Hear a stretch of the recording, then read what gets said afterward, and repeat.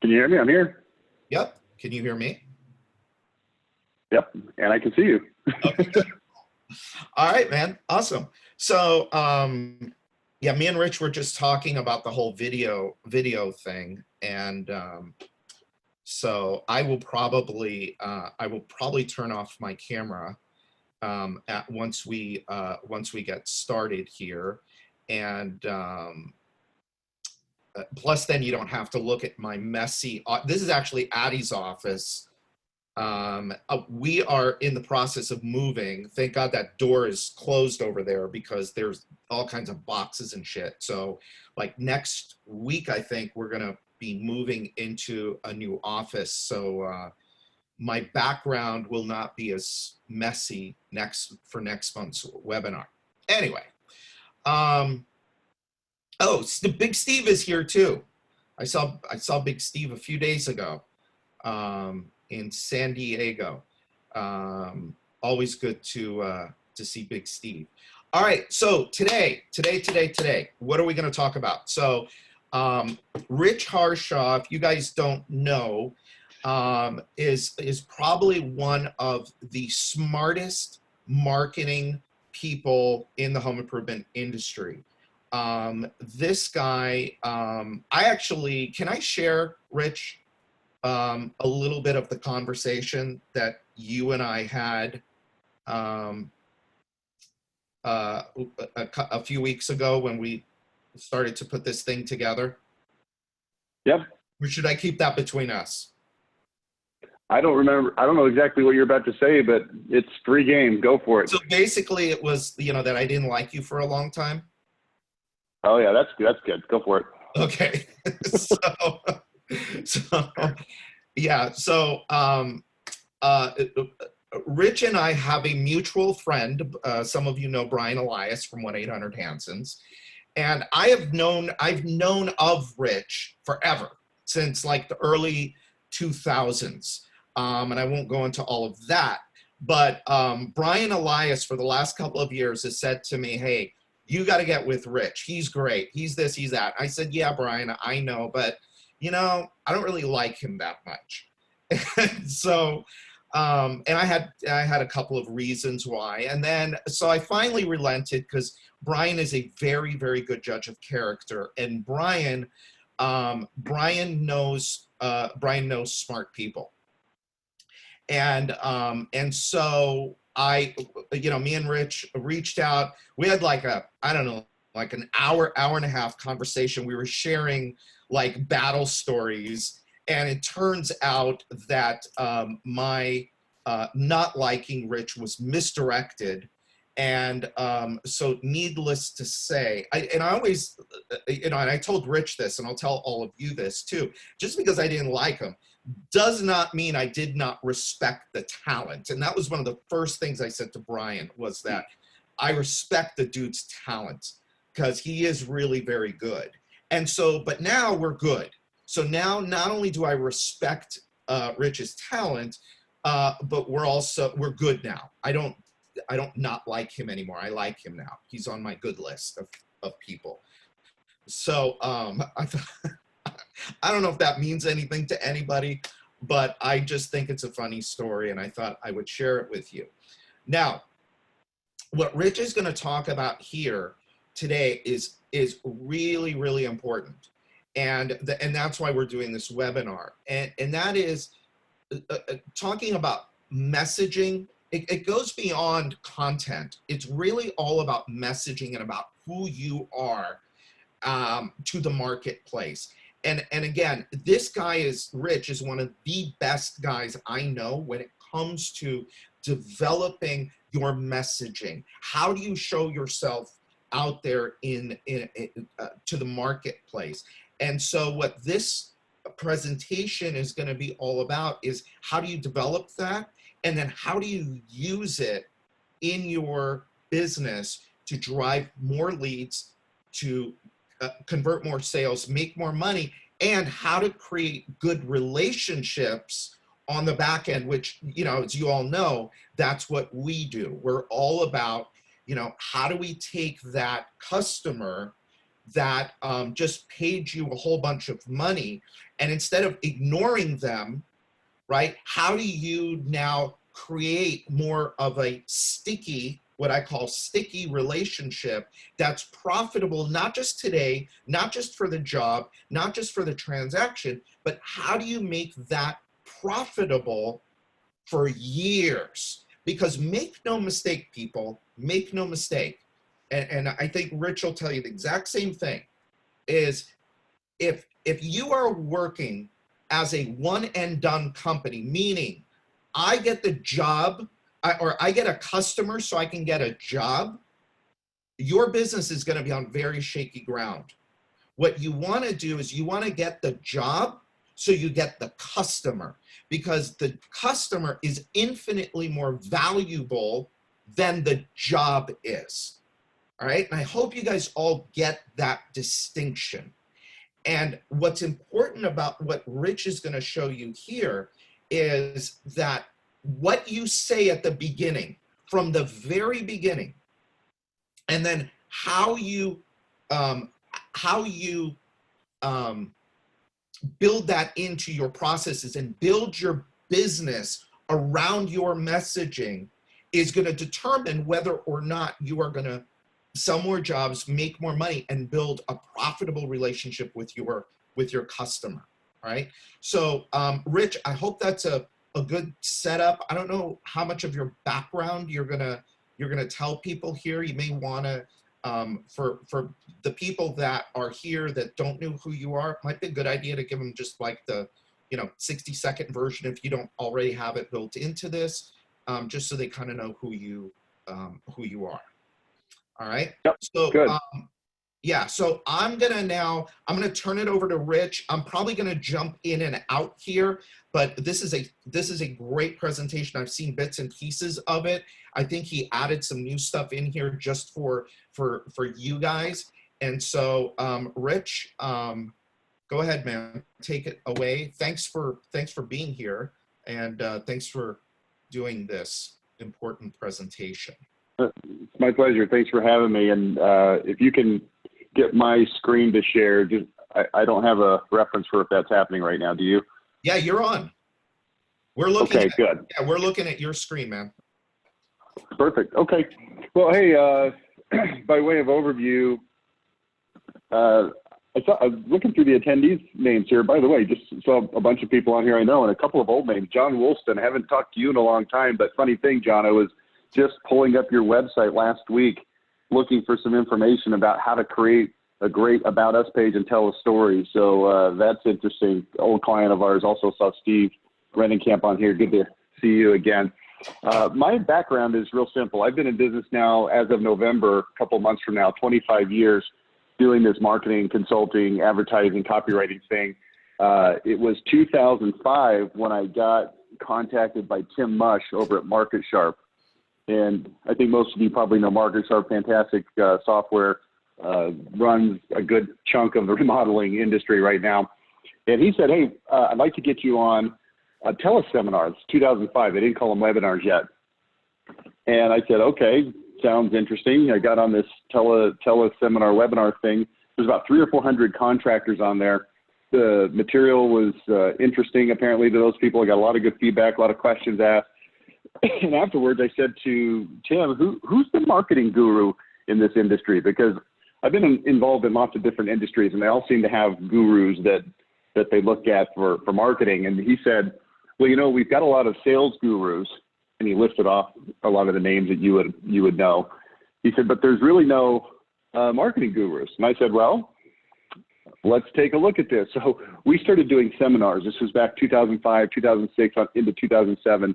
We did a series of seminars all over the country with Market Sharp as the premier sponsor and a few other companies that we brought in as sponsors. And I think we did something like 30 events in about a year and a half or 2 year time period, and really got to know the home improvement business well, got involved heavily in training, started a program. Originally, our company was called Monopolize Your Marketplace. We've recently rebranded to Level 10 Contractor. I'll touch on that later. But we started a program called the MYM Insider, and it was a training program. We did training based on webinars, about 10 webinars a month, and that was good. But we found that people, it was an annual subscription, and people after about 2 years would drop off, and we'd ask them why did they drop off, and they would say, it has nothing to do with training. We love the training. The problem is we just don't have time or energy or really know how, even with the good training, to do it. And so we started getting more involved in marketing fulfillment services for remodeling contractors and home services companies. So by way of sort of making you familiar, we handle multi-million-dollar advertising budgets. We do a lot of radio and TV work. We write the ads. We get the ads produced, negotiate the deals. We also do a lot of web work, SEO work, things like that.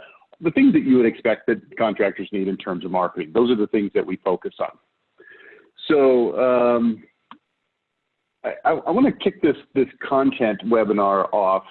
Talk to Brian for a couple, 2 or 3 times back and forth. What can we talk about on this webinar? And I said, I'd really like to talk about what my core competency, what I'm really good at, what sets me apart from other companies in the marketing space that work with contractors, and that is content. And yes, we do TV advertising for our clients, and we do radio, and we do websites and SEO and stuff like that. And I'll show you examples of that stuff as we go through here.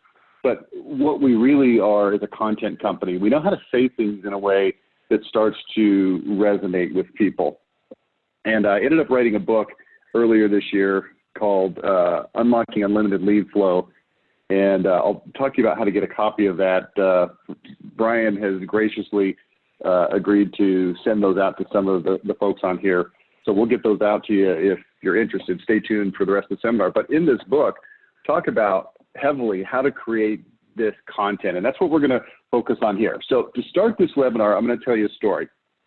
And the truth is, all marketing is really just storytelling. So I'm going to start with a story of my own. And the story goes back to 2005. Some of you have been around and know me, have heard me speak, know this story, but it's always a good one. And it's really where things start. It goes to 2005. I was driving across country with my entire family, which consisted of 6 children between the ages at that time of 6 months to 12 years old. And we were driving along with my wife from Dallas, Texas, where we lived at the time, to Boise, Idaho, where my in-laws lived. It's about a 26-hour drive, give or take, depending on how rowdy the kids are. And this was 2005. So you got to remember, we didn't have cell phones that had internet on them, things like that. So when it got time to stop for the day, we couldn't just go online and book a hotel. We certainly couldn't book a hotel ahead of time because we didn't know how far we'd get before we got tired of the kids. So as we're driving on that second day, we got to Ogden, Utah. And if you know anything about Ogden, Utah, as you're traveling north, it's kind of the last thing that you hit before you get it up into no man's land in northern Utah and southern Idaho. And you might be another 2 or 3 hours before you find a decent hotel to stay at. So it wasn't quite late enough, but we thought we probably need to stop. So we pulled over at kind of the last exit there in Ogden, and there was, about 5 or 6 hotels. And so we started looking, and, my wife's very picky about hotels. So like this old crusty, like wagon wheel motel, not a good fit. This old Howard Johnson's, not a good fit. But we saw one that looked like it was pretty new, probably pretty clean. It was the Holiday Inn Express. So we go in that hotel, and I'm asking the clerk, to have rooms. They did. That was good. So we started to check in. And as I'm checking in, they had this little sign on the counter right there next to the check-in. It was, those little plexiglass 8.5 by 11 where you can slide in a sheet of paper. It said, "Welcome to the Holiday Inn Express, home of the Stay Smart bathroom, featuring the Stay Smart shower head by Kohler." And there was this picture of this giant shower head on there. And I looked at it for a second, and I thought, okay, whatever, it's a shower head. I didn't pay that close attention to it, but I did notice it. I'm a marketing guy. I'm trained to notice things. We check into the rooms. The kids start going crazy. They've been cooped up in a van all day. And as we're kind of getting settled, I look next to the television, and on the dresser, there's another sign. It's the second sign now, and it says, "Welcome to your room at your earliest convenience. Check out the Stay Smart bathroom featuring the Stay Smart shower head by Kohler." And here it is again, a big picture of this shower head. And I think, oh, that's interesting. Again, I'm a marketing guy, so I'm intrigued. I walk into the bathroom, and what do I find on the bathroom? On the counter, there's another sign. It's now the third sign. And this is on the vanity there right next to the sink. It says, welcome to the Stay Smart bathroom, featuring. And then it had 4 things listed. The first thing was oversized plush bath towels. And I looked at them and kind of gave them a little squeezer, and they felt, well, that's kind of a nice towel. All right. Number 2 was a bowed out shower curtain rod. Now, in 2019, that's not that big of a deal, but in 2005, that was a pretty big innovation. You know, it kind of gives you a little more room in there, keeps other people's naked off you, so that was good. Number 3, designer toiletries. And I looked at them, and you know, the little bottles of shampoo and lotions and stuff, it looked very fancy. Maybe it was French, I don't really know. Found out later that they had created their own fragrance for that, so that was pretty fancy. And of course, number 4 on that list, on that sign, on that counter, on that vanity, the Stay Smart shower head by Kohler, and there was a picture of it. So I turned to look at the Stay Smart shower head, and I couldn't see it because the shower curtain on that bowed out shower curtain rod was closed. So I pulled it back, and I want you to kind of imagine this with me now, like the curtains of heaven, the angels sang, the lights came out, and there it was, the Stay Smart shower head. And you know how I knew it was the Stay Smart shower head? I'm going to show you. Because as you see on your screen, there it was, and it had a sign hanging from it telling me, here's the Stay Smart shower head by Kohler. And it listed 3 different settings: rejuvenating, relaxing, revitalizing. And I did the only thing I could think of. I closed the door, I locked it, I got in the shower, I took a shower, even though the kids were going berserk in the other room, because, hey man, marketing. I had to try this thing out. Well, here's the interesting thing about this. And this story is going to serve us well. I'm going to leave it here after I give you a couple more comments, and then we're going to circle back around to it as we get a little further down the road. But here's the interesting thing about this. They did surveys on this shower head. And at that time, in the early 2000s, 2004, 5, thereabouts, Holiday Inn Express wanted to differentiate themselves by the bathroom experience punctuated by the shower head, this Kohler shower head. And they did surveys to ask people, what did you think about, and then think about just a typical survey. They didn't say, hey, what did you think about the shower head? What they did is they said, what did you think about the following things about our hotel? And then you could rate them from 1 to 5, okay?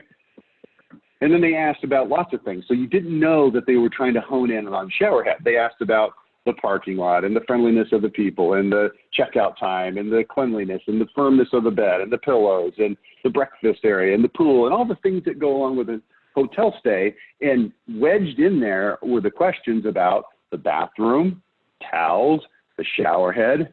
And they found that before they started promoting the shower head, now they had the same shower heads, but they weren't promoting them with these signs.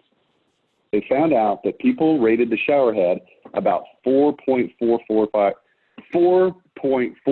stars, like almost 4.5 stars, after they started promoting it and pointing at the shower head using the signs. Remember, at the check-in, on the dresser next to the TV, on the vanity in the bathroom, and like on your screen, actually hanging from the dadgum shower head itself, they found that they got the rating up to 5 stars.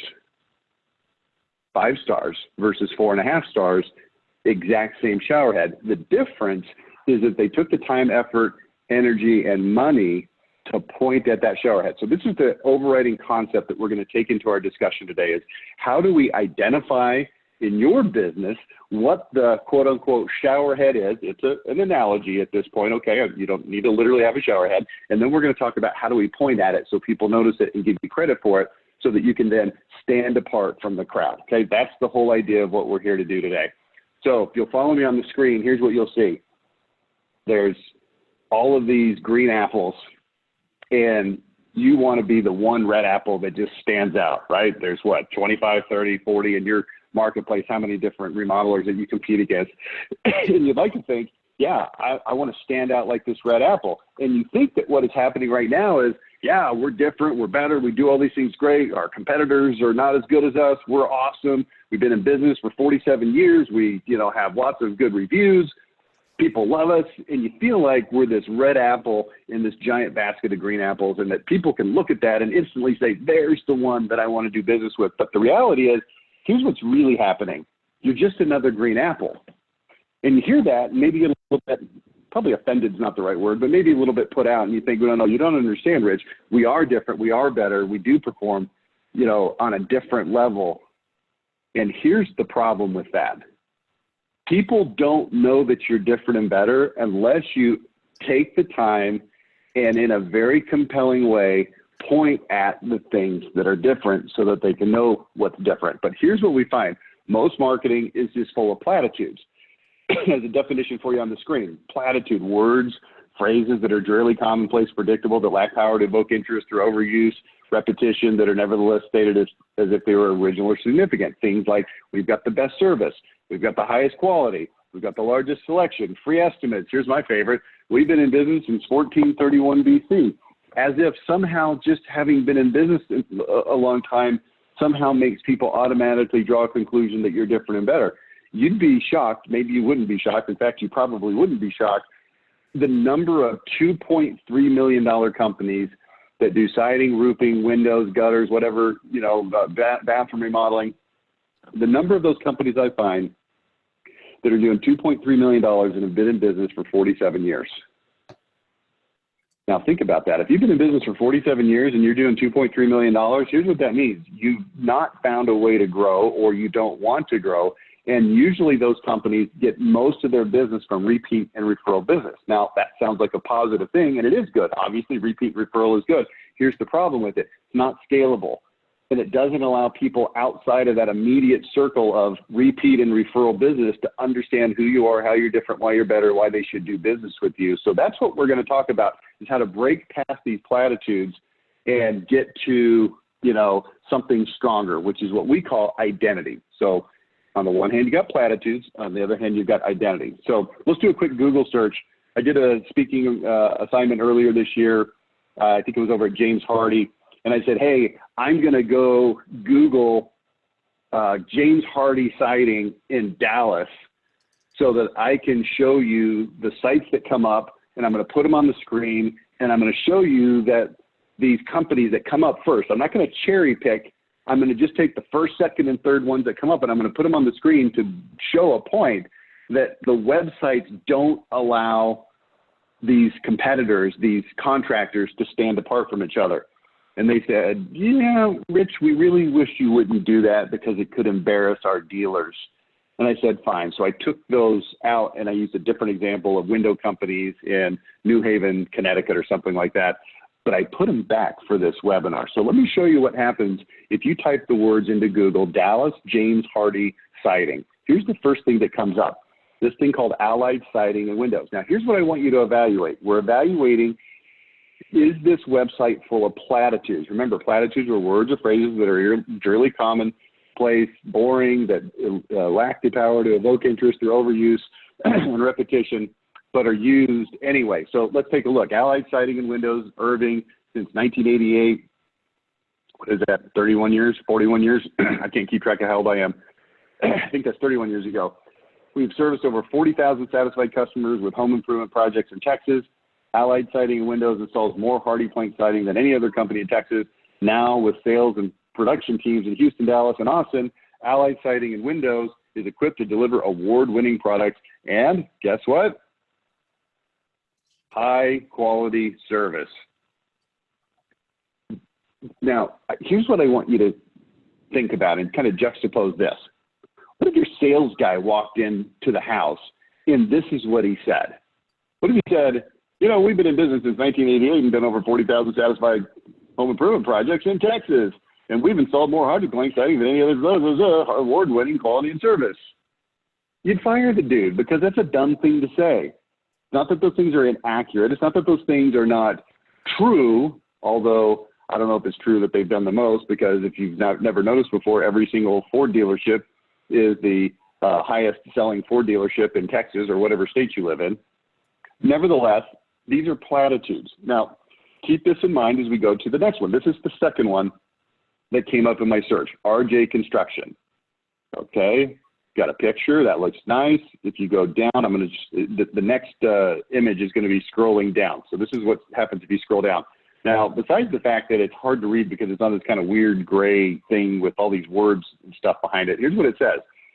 Hardie board siding is made by James Hardie and is also known as cement board siding. James Hardie is America's #1 brand of siding. Hardie board siding is installed on over 5.5 million homes, and their siding products combine the warmth, character of wood, and the durability of low-maintenance fiber cement. Why would anybody ever search Google for James Hardie siding if they didn't already have at least a decent idea that they wanted James Hardie siding? What they're looking for is, who should I buy it from? And these two websites don't do anything to help a person make a decision. If you look down there at the bottom, you see where it says Hardie plank lap siding and then Hardie shingle siding. I did a little research and found that that was just copied directly off James Hardie's corporate website. Let's go to the third one. Mellon Home Construction. Replacement siding, Fort Worth. James Hardie siding, Dallas. Hardie board, Hearst, Southlake, Flower Mound, Grapevine, and Keller. So what's happening here is we're doing a lot of keyword stuffing, and we're trying to talk to Google so that we rank high, which worked apparently because this was the third thing that came up, but we're doing a horrible job of talking to humans. So there's always these two parties involved in every online scenario, which is Google and humans.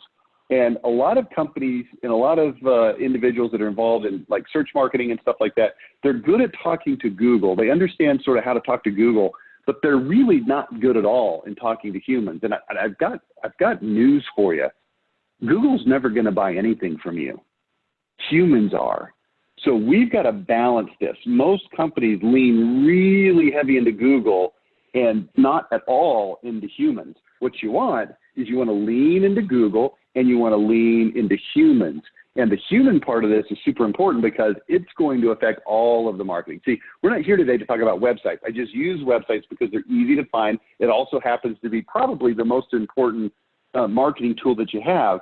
So it's easy and good to use as an example, but understand what we're talking about, the way that we're going to create content is going to be usable for all of your marketing, whether that be your website, your SEO efforts, advertising, whether that's radio, television, online, Facebook advertising, your home show, handouts, mailers, all of it is going to be dependent on knowing how to talk to humans in a way that makes sense, okay? And these websites are honestly a giant fail, okay? Oh, by the way, guess what?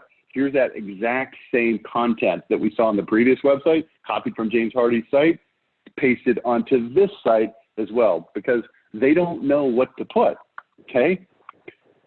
Here's what it sounds like. You remember Charlie Brown when you were a kid watching the cartoon, you know, Christmas special, Thanksgiving special, whatever, and the adult would talk to the kids and it would sound like this, wah, wah, wah, wah, wah. This is what your marketing sounds like when you communicate in platitudes. And I've got bad news for you. You know, I kind of hate to make comments like this, but I got to just keep it real. I've looked at hundreds and thousands of websites, marketing pieces, advertisements, you name it. And it's almost all, let's round it to like 99.9% full of platitudes. And it sounds like Charlie Brown's mother. So then here's what happens. Here's the really bad thing that happens. Then, because companies decide, well, we can't really, you know, say anything different or better. So what we'll do is we'll start to compete on promotions, and we'll go with our 6 windows, you know, buy 6 windows, get 3 free, and 13% off if you call today, and free upgrade to Granite. And you know what? There's a time and a place for all of that. Don't hear me and draw a conclusion that I just said never use promotions.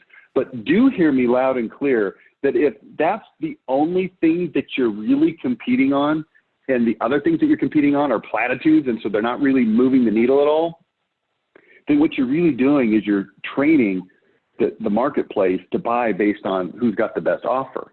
And that's a horrible, horrible place to be. What you want to be is a company that people understand who you are, how you're different. Well, let's just go to the definition of identity. It's on this slide. Words, phrases, and images articulated with power, precision, and passion. Remember those 3. Jot this down.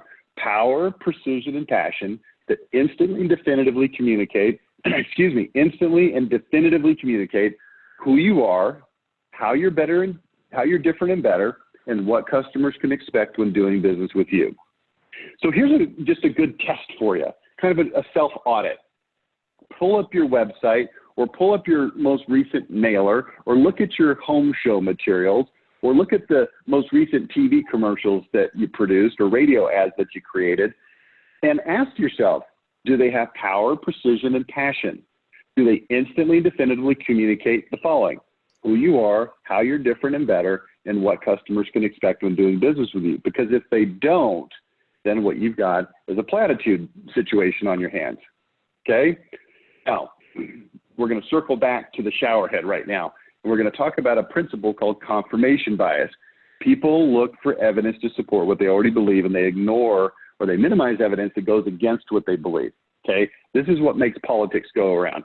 So we put a picture of Donald Trump on the screen, and that's going to create a very visceral reaction for most people. Most people are either convinced that he's doing a great job. Yeah, we know that his, moral character, whatever, but man, he's getting the job done, right? Or you look at him and you think, oh my gosh, it's, Satan / Hitler / Nazi / end of the world, right? And what happens is every piece of information that you see about this person, you run it through a filter, which is I hate him, or a filter that is I love him. And what you end up doing is you ignore or minimize evidence that goes against your beliefs, and you look for evidence proactively to support what you believe. And it goes the other way too. So we put a picture of Hillary, we could put a picture of any of the current Democratic candidates on here.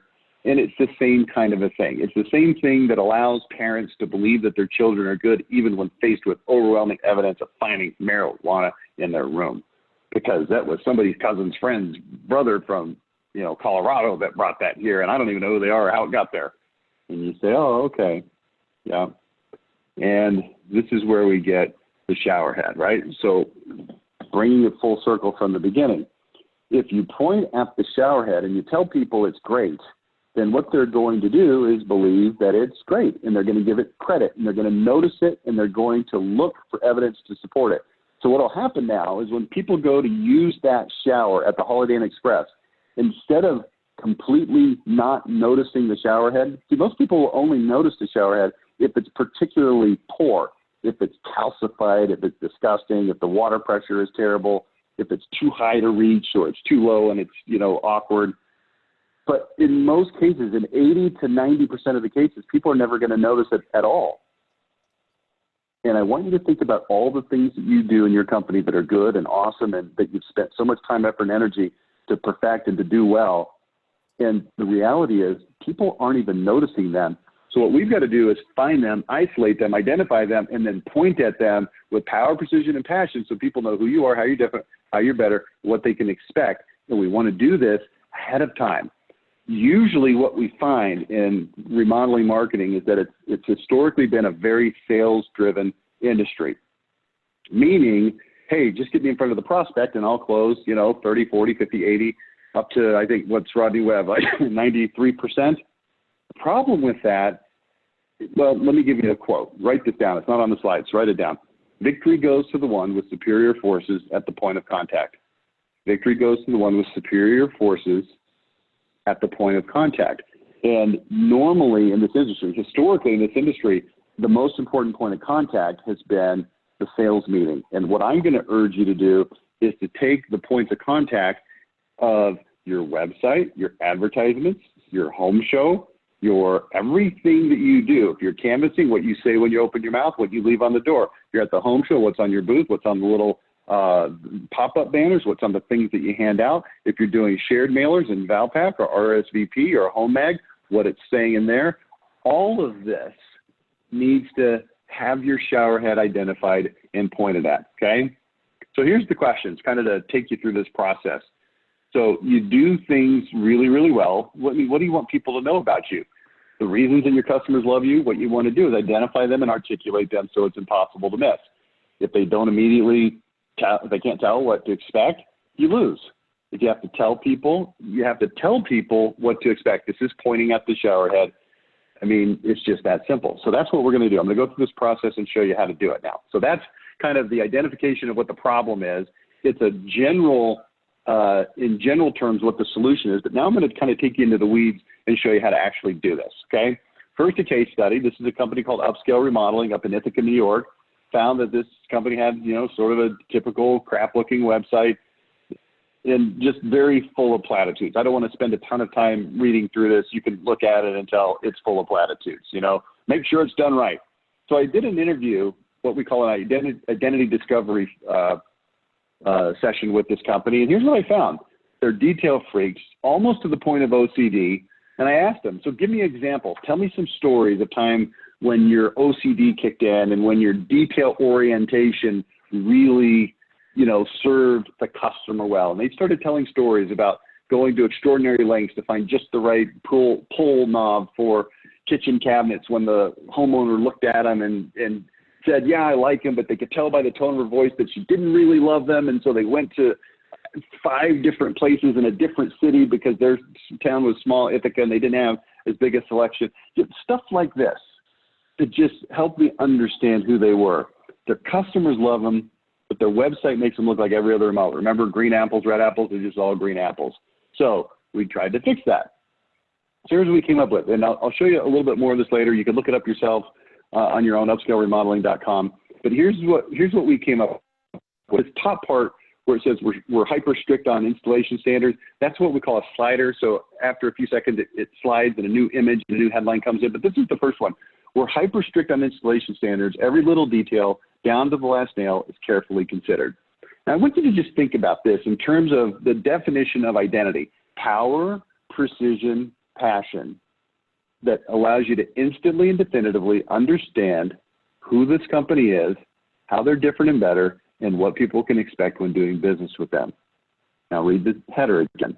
We're hyper strict on installation standards, every little detail, down to the last nail, carefully considered. Then if you read the main part, welcome to stress-free, quality first, not done until you say it's done remodeling. Successful remodeling doesn't happen by accident.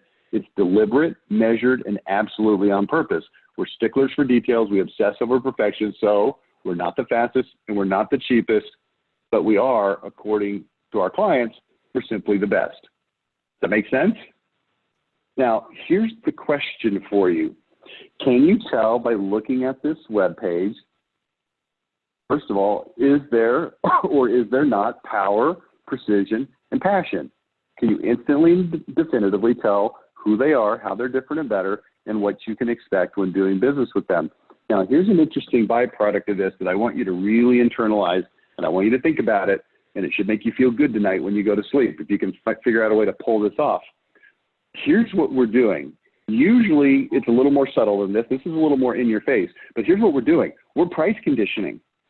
Now, question for you, by show of hands, raise your hands high. I know I can't see it because it's a webinar, not a seminar, but if this was a seminar, I'd ask you, raise your hands high. Who in this room has high prices compared to the marketplace? Who has high quality and high standards compared to the marketplace? And usually it's about 80 to 90% of the room, and the other people are sleeping because we're tired, I guess. So question, is that you? And if it is, here's what we want to do. We want to start to price condition at every point of contact along the way. Remember, victory goes along with superior forces at the point of contact. So here's what we're going to do. We're going to let people know, here's how we're different, here's how we're better. We take this now, we can put it into a brochure. This brochure is handed out ahead of an appointment that has been scheduled. We give this to people at home shows. In any scenario where you would hand a pamphlet. Now, by the way, this is an oversized, so it's a little bit bigger. I believe that's something like 5 inches across instead of the standard, you know, skinnier one. So it's a little bit bigger, but here's what it says: stress-free, quality first remodeling. On the back of it, you can see how it folds. This is the back. Here's what our customers have to say. So we've got, but look at the headers on what our customers have to say: accessible, courteous, no pressure, responsive, high quality, good follow through, a pleasure to work with, quality, responsive, tidy. And then the next one: after several projects, we enthusiastically recommend Upscale. We're telling a story and we're pointing at shower heads just through the use of these clever headers on these testimonials. And then on the left side of the back, you see Upscale is your choice for craftsman quality remodeling, and then it says what they do. Let's flip to the other side of this brochure. Got the beautiful picture, of course, and on the left, we've got the owner, Steve Nash, saying it's not done until you say it's done, period. We're sticklers for details. We obsess over perfection. If you read the text of that, it becomes a very interesting story. It says, does it really matter how a remodeler feels about remodeling? It's kind of a weird question, I know, but it's an extremely important one. And then it talks about how he started by loving remodeling. He worked for his father and his grandfather. He learned it as a child. He grew up just being enamored with this thing. It tells a story. What to expect when you hire the best. And then we've got some items there at the bottom on the left. We're not the fastest. We're not the cheapest. Our passion is to be the best. Visit our showroom. Look at the caption on the photo over here on the right. We specialize in even better than I imagined. So here's what we're doing. If you remember at the top of this webinar, I said that marketing in its purest form really is just storytelling. So what we're trying to do is tell the story, okay? Now here's how this works. We create an identity based on the elements that you're good at and that you do well, and then we take that as the foundation, sort of the hub, and we put it into your website and everything else that you do, whether it's ads, mailers, TV, radio, home show, phone scripts, your in-home sales. You'll see that one at about 11 o'clock there that says your bread and butter. Here's what bread and butter is. It's whatever you're good at and you're doing right now to generate leads. Every company has bread and butter lead generators that they can count on pretty much week in, week out, month in, month out, year in, year out. Whatever you're good at, if you can inject and introduce identity into it, guess what? It's going to work even better, okay? So let's discover your identity. We'll go through this pretty quickly. All right. Step one, what makes you tick? What do you do that your customers like, you take pride in, right? You can see this. What are you really good at? What are you absolutely unwilling to fudge on? This is a good question. You know, this is something that we really look for in working with companies. What is it that you just, if a company came to, if a customer came to you and said, yeah, look, I heard your story, but I want you to do it this way instead of the way that you do it. Would you tell them no? Okay. What makes you tick? Write it down. Now, here's what we've done. We've been in this industry for a long, long time. We've identified about 60 identity points that we then go in and try to map against a given customer that we're working with, one of our clients. Now, here's some of the points. Core values. There's 4 categories I'm going to share with you. Core values, bedside manner, workmanship, and other elements. Now, I think there's probably about 40 or 50 on this list, and I don't want you to read through all of them necessarily. I'm just trying to give you an idea that we know what these identity points are, and the key then, like I said a minute ago, is to map these to who you are and what you do already so that we can then start to focus in on certain ones of these. Now, the one that you see in blue says products themselves, and this is the thing that most companies spend all of their time and attention trying to differentiate themselves. I mean, I've heard this a million times. Oh, we've got the best window. It's so much better. Our window's better. Our window's better. Our window's better. It's better. It's better. We're the only ones that have it. It's exclusive to us. And, you know, that's good. I'm happy for you. But we want to go beyond just the product to start telling the entire story. Now, some of the things that I put in red, these are some things that map a little more closely with some of the things that G4 marketing is leaning into. Customer relationships, kindness, the reputation and the relationship that you have with the client. These are some of the things that G4 services are really going to map well to. So if some of the things that your company does well are some of the things in red, then you're going to be even a better candidate than average for leaning into G4's services in terms of some of their customer retention, referral generation, gift giving, and those kinds of things. So just keep that in mind as we go through this. The second step, so step one was to identify what it is that you're good at. And then number 2 is build a case. Imagine you were put on trial and you had to prove that you were blank. Well, what goes in the blank? Well, the answer is these things, but not all of them at the same time. You know, when you build a case, you got to do it point by point. So if you had to prove that you have best communication, how would you do that? Could you produce evidence? Do you have stories to back it up? Can you provide witnesses that would corroborate your story?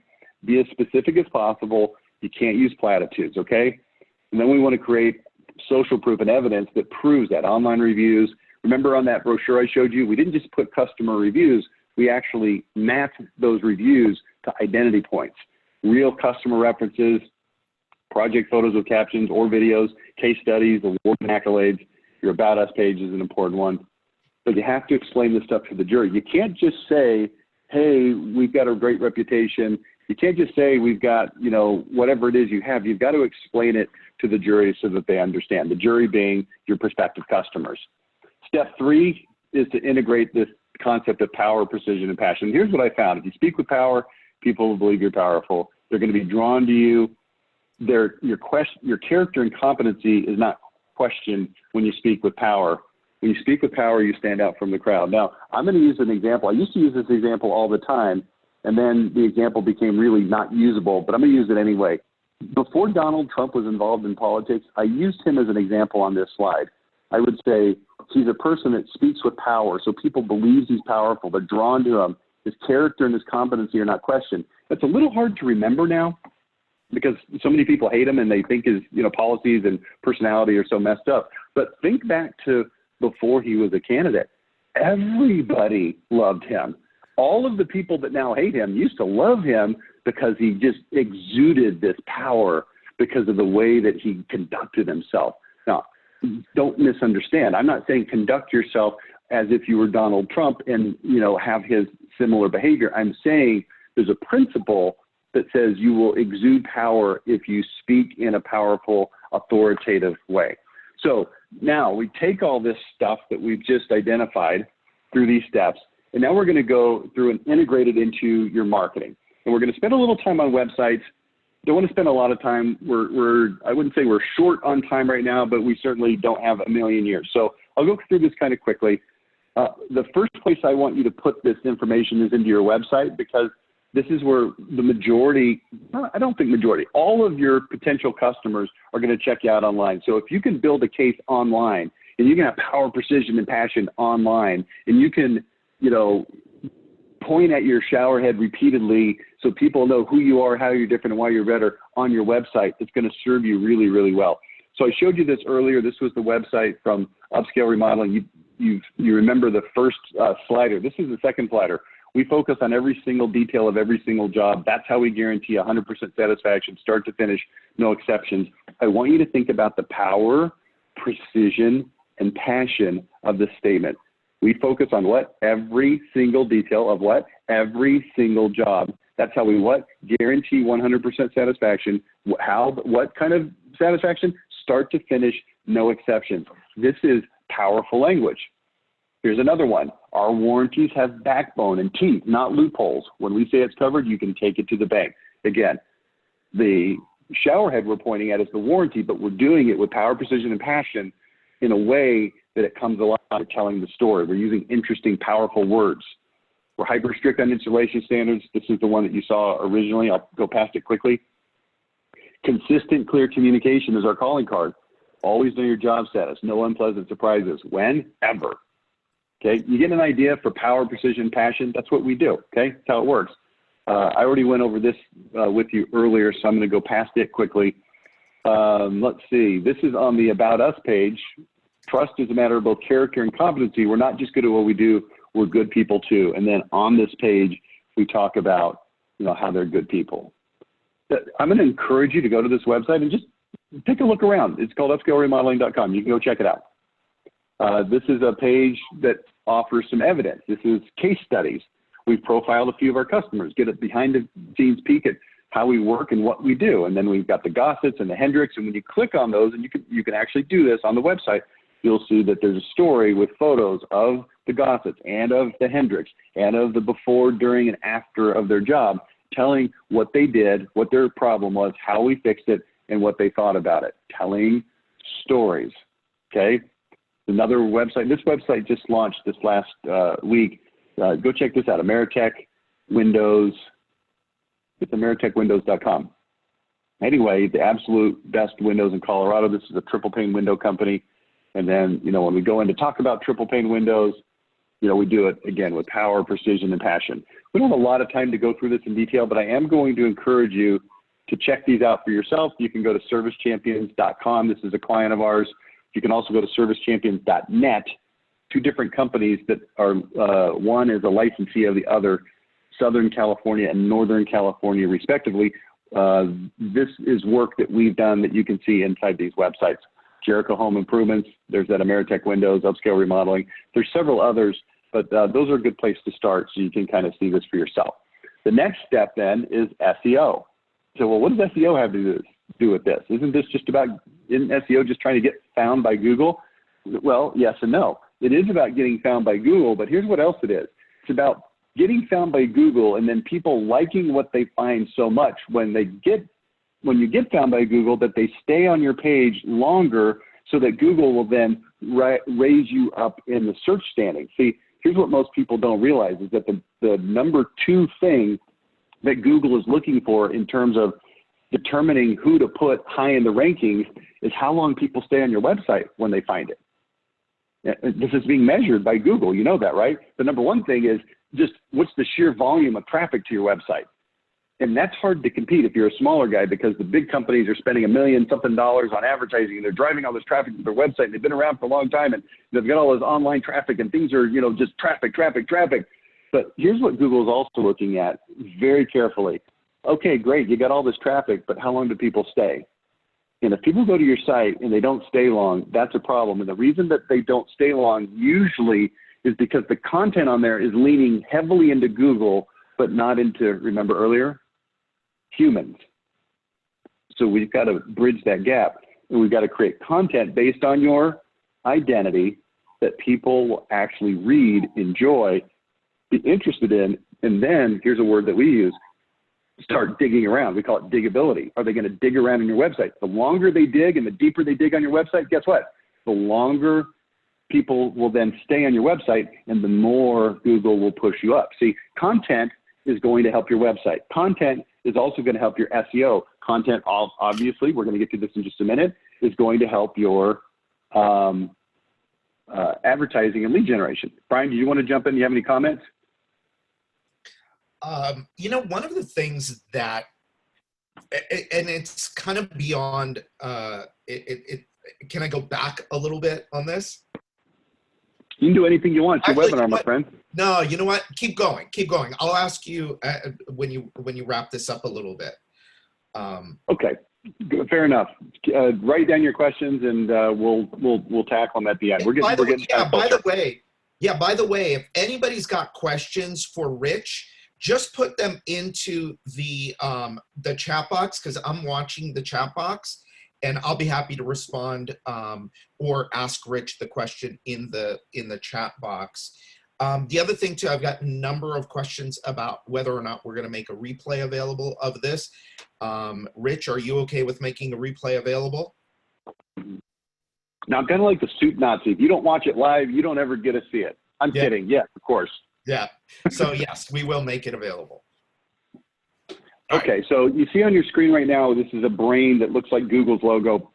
And the idea here is you got to figure out from a search engine optimization, SEO standpoint, what is it that Google really wants? And I just actually covered that a second ago. I'm trying to get my thoughts together here.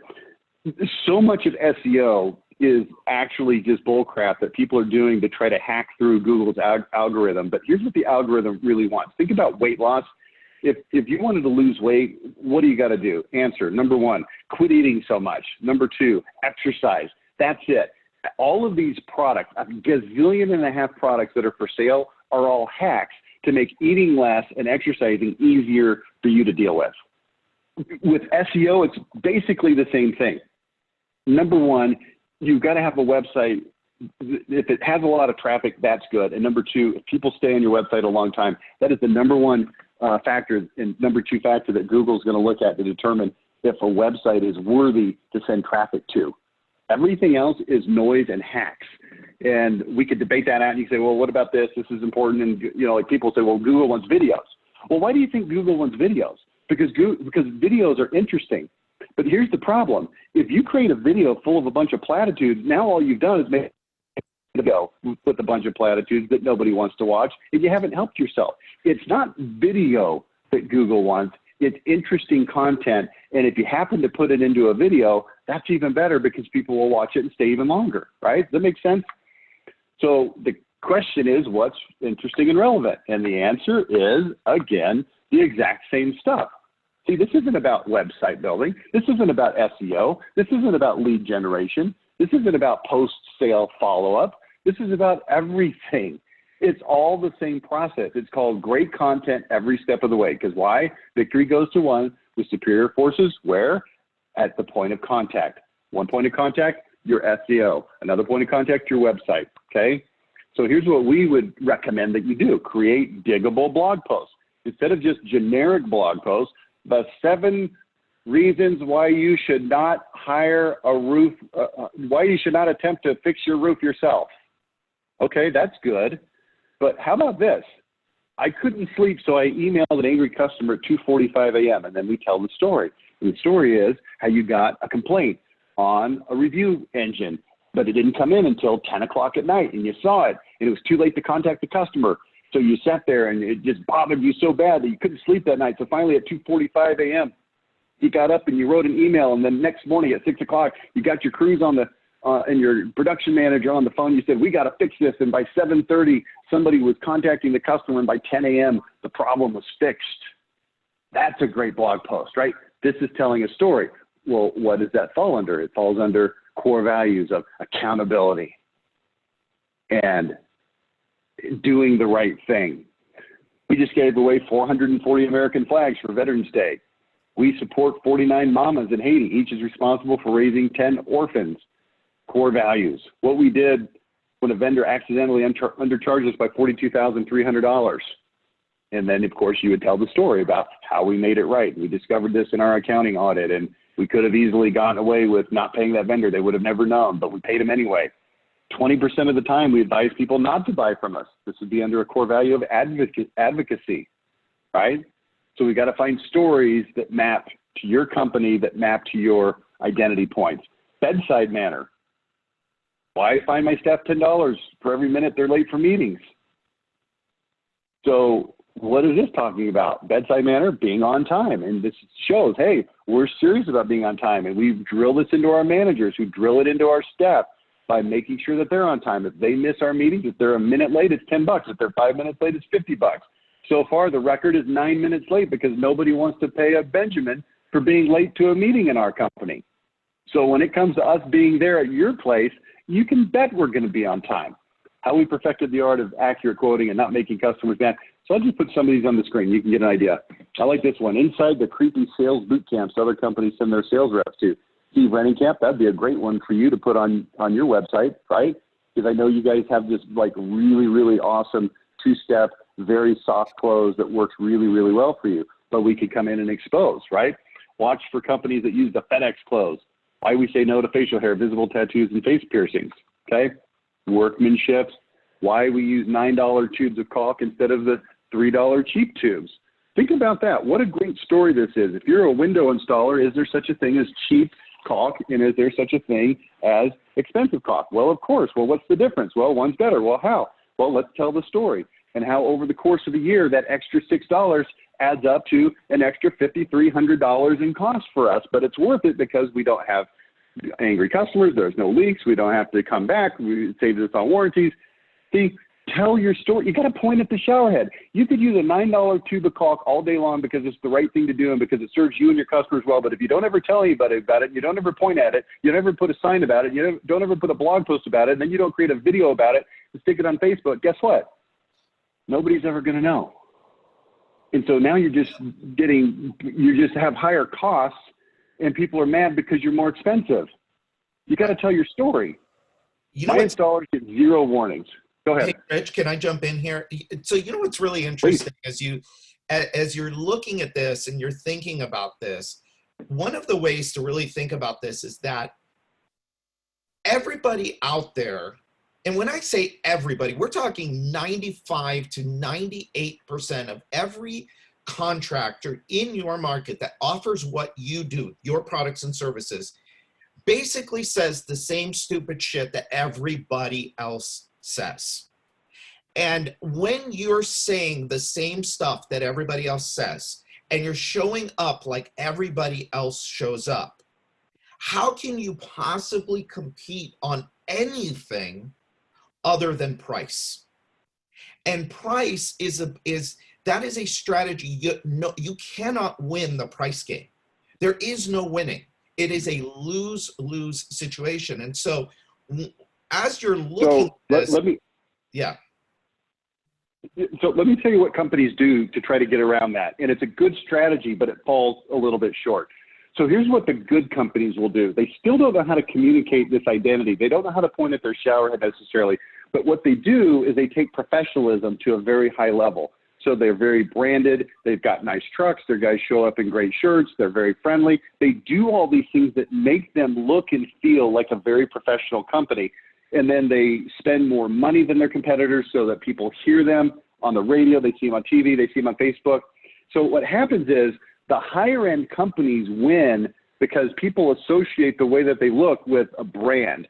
And they associate the brand with, okay, this company is going to, do a better job because of the brand, which is true.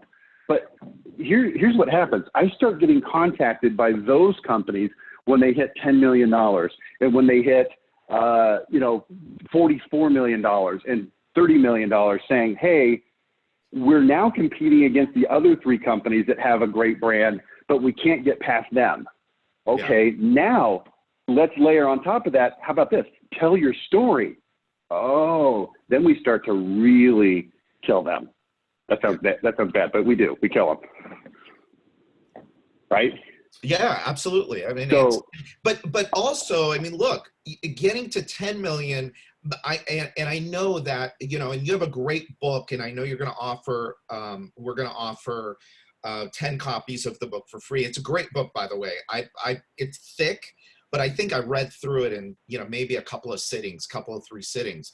But, when you're at $1 million, and you're trying to get to 2.5, 3 million, or you're at 2 million trying to get to 5 million, this is the stuff that's going to make you stand out from everybody else, which is kind of where, Rich started with this. And that's the game here, is how do you stand out from the noise of everybody else and all the crap that people are, the word platitude is so interesting.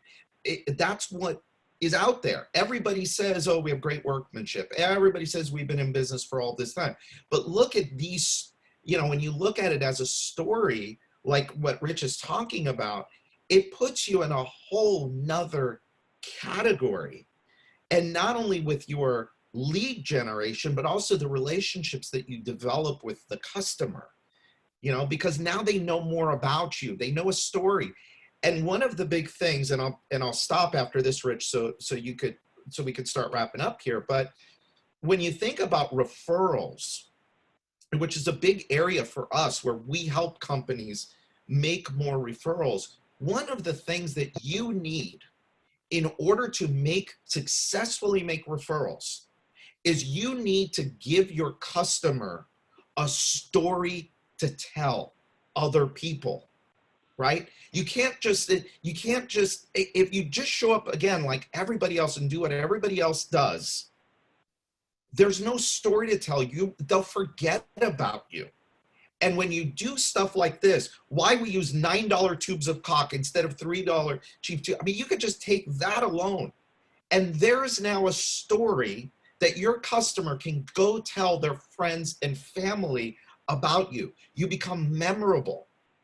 And this is what's going to help you charge more, sell more, develop better relationships with your customers so that you make money in the long term. So this is really, really this is great stuff. What you just said, I'm actually going to get to that here in just a second, but I could not agree with you more. The number one thing you could ever do to get more referrals, well, it's actually two things. Number one, have a great identity so that the stories are there. And then number two, I mean, you just got to ask for them. That's where G4 comes in. Okay, let me wrap this up and then we'll get everybody off to the rest of their day. I'm just going to kind of go through this next couple slides quickly to show you we can create this based on any of these identity points. So just take a look at those real quick and we're going to keep going. And I'm going to actually go past that. So the third step, so step one was website, 2, SEO, 3 is advertising.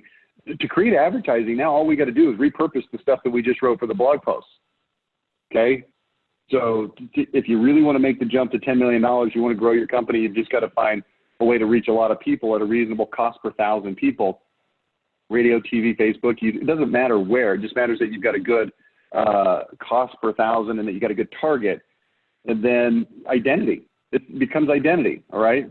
You can see examples of it. Just go to level10contractor.com and then click on services and then radio and TV. Okay, so Level 10, and I'm giving you this link so you can go watch TV commercials and you can listen to radio ads that have identity that'll blow you away, knock your socks off. I was going to say blow your socks off, but anyway, you got it. Level10contractor.com, click on services and then radio and TV, and then you'll see this page that has a bunch of examples that you can just spend some time digging around in. Okay. You know what? I think I'm just going to go through this part quickly, Brian. Yeah. Talking about putting this into ads. This is a guy that we call the persnickety remodeler. I could honestly care less if you have 3 remodelers who are cheaper than me. You know, persnickety, demanding, hard to please, that I'm your remodeler. We're not the fastest, we're not the cheapest. According to our customers, we're the best. This is their home show stuff. The left is a flyer that they hand out at the home shows. The 2 things on the right side of your screen now are pop-up banners. I love this one in the middle. Ruin my vacation, interrupt my dinner, wake me up at 2 a.m. What is this point talking about? Accessibility. My only concern is that your job is 100% perfect. Here's my cell number. This is on a banner at a home show. Meanwhile, you've got dumb junk on your banners at your home show that people see, and it's pretty pictures, and they walk by and they go, okay. They walk by this and they go, what? Oh, crap. I could expect this guy to pay very careful attention to me and to do the job right. He's very accessible. I can tell. Here's his cell number on a stinking banner, okay? And then postcards that we send out. I mean, this stuff goes into everything. This identity is a global concept for your marketing. This is an appointment reminder email. Most remodelers hate dealing with high-maintenance customers who complain about wanting everything, little thing a certain way. Those are the kind I get along with, okay? And then let's go to step 4, post-sale. This is what we were just talking about a second ago, Brian, and this is something I'm really passionate about, and I know you're even more passionate about it than I am. If you have a strong identity, you're going to get a ton of identity-specific reviews. First of all, these now become evidence. You'll also get a lot more referrals. Instead of just another company, you're going to stand out. You're special. But if you want to make this happen, you have to stay in front of them, okay? I'm going to tell you something that you may not know, not you, Brian, but you listeners on this webinar. If you don't have a strong identity and you don't reach out to your customers after the sale, within about 2 years, they will literally forget your company name. And when somebody comes to them and says, hey, did you get some siding? You know, I'm looking at siding. Oh, yeah, we had a company. They were great. Really, who was it? Oh, man, what was that guy's name? I think it was Jeff. Man, what was that dude, Jeff? Like quality siding something. I can't remember. That's called reality. It happens way more often than you think. But if you've got a great identity, they remember. And Brian, if you want to speak to this slide, I mean, this is the stuff that you knocked the ball out of the park with. Yeah, I mean, we're basically, what we're doing is, like I said earlier, we're creating that sticky relationship with the customer so they don't forget about you. And so when the opportunity comes up for a referral, when the opportunity comes up for another sale, you're top of mind, you're right there in front of them. And if you guys are interested, just reach out to us or put something in the chat box and we'll reach out to you and talk to you about the program. Okay, great. In fact, let's go ahead and wrap this up now. Appreciate everybody's time. If you're interested, we just launched a daily podcast. It's quite a bit different. I know, like, The Wealthy Contractor is a great podcast. It's interviewing a lot of the most successful companies in the industry. I love that podcast. I listened to it. Man, your one about mentors, I thought really was awesome. It just struck a lot of chords that were right on par with my experience. This podcast is a little bit different. This is more like daily tips and ideas for marketing. So it's not a lot of interviews per se. There are a couple, but it's a different format. So check that out if you want. Level 10 Contractor Daily Podcast. You can find it on Spotify or Apple. And then, we're going to offer a free copy of the book, Unlocking Unlimited Lead Flow. We're going to do 2 polls right now. So if you do me a favor and just hang out for another minute or so. Brian, can you launch those polls? Let's launch the first one, which is. Yeah, this one is, if you want to schedule, here, I'm going to go with this. If you want to schedule a strategy session with G4. Just answer the poll, and or if you don't, just go ahead and answer. I'm okay with a no, and obviously I'm much happier with yeses, but just let us know. By the way, one of the things I'm going to do in just a second is for everybody that is on here, I'm going to, I want to give you a little bit of information about our live event coming up in February, along with a coupon code where you can save a couple of bucks on your ticket.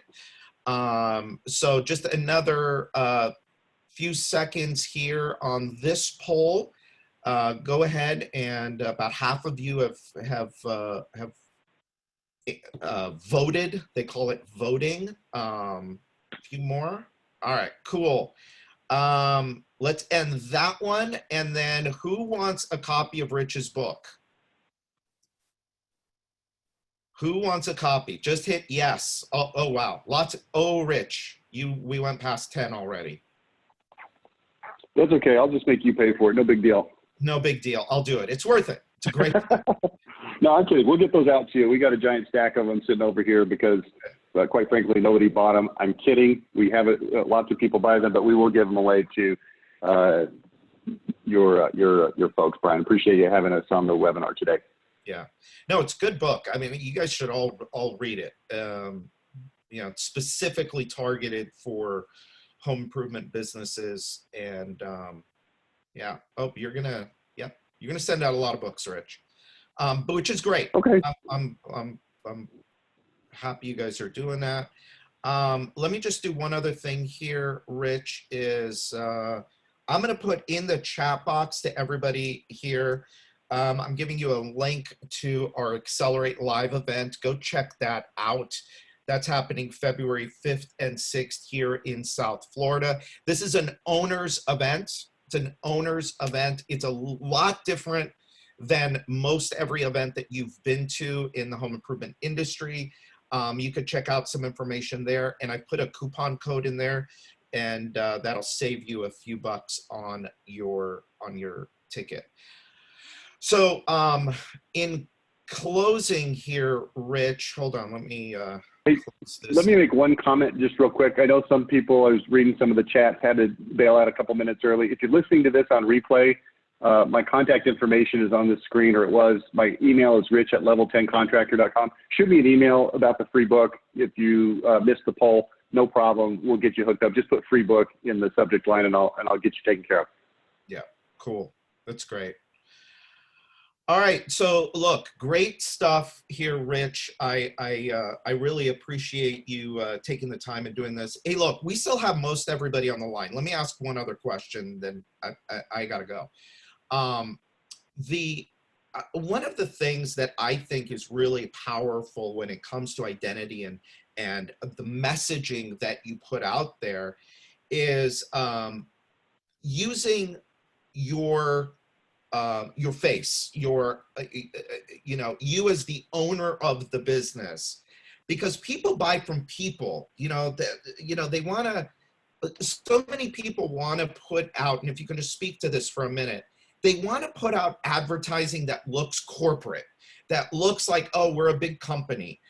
Where to me, it's, you know, as much as I hate using my face, believe it or not, I got to use my face on everything, and I freaking hate it. But I know that it helps people connect with, hey, this is a real live guy. What's your take on contractors using themselves as part of their, let's just call it branding or their image? Well, so let me go macro on that one. Yeah. I think if you're comfortable doing it and you have a baseline level of attractiveness, and I'm trying to say that nicely. I've seen some real ugly suckers put their picture on stuff, and you shouldn't do that. But as long as you're a normal looking person and you're comfortable, I think it's a great idea. However, I also want you to know if you're not comfortable, and I know a lot of business owners that are not, then that's okay too. But even if you don't use your image in your photograph and your voice on radio or your face on TV or on your website, you still need to tell your story, because your story is what's going to resonate with people. And, you know, that can be integrated into a website for sure. And John Woolsey, what is your website?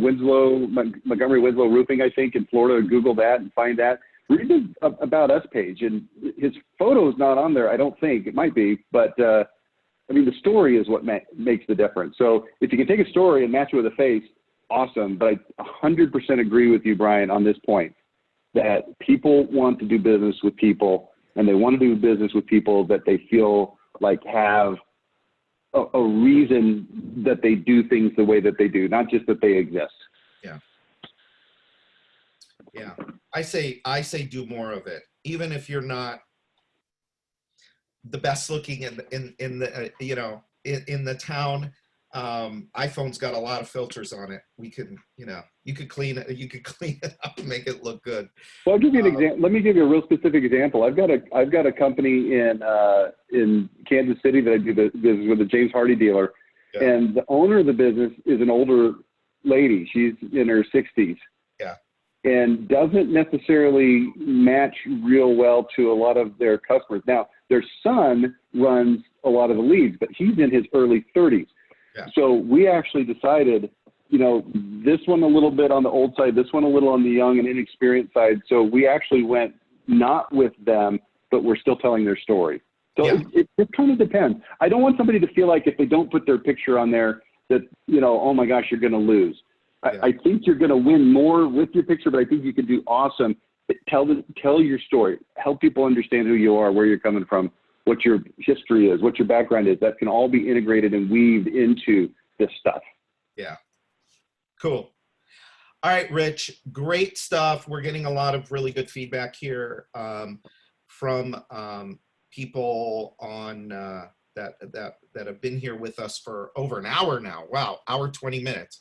But great stuff, Rich. Thank you so much. I'll talk to you soon. Everybody that is that's listening or watching this, thanks for being here. Hope you got a ton of value out of this. Get a copy of Rich's book. Listen to his podcast. It's really good. Of course, listen to The Wealthy Contractor as well. They're different, but I think very complementary. I mean, after I listened to one of Rich's first podcasts, I called him and I called her, I texted you, and I'm like, dude, are you kidding me? I mean, the content that you gave out on that was pretty amazing. I mean, I think you were doing it like a strategy session with somebody, and I was just amazed at at what you were delivering and putting out there. So it's good stuff. Go there, get a copy of his book, get a ticket to Accelerate if you're an owner that wants to grow and make more money, and that's it. Thank you, everybody. See you next month. Bye-bye.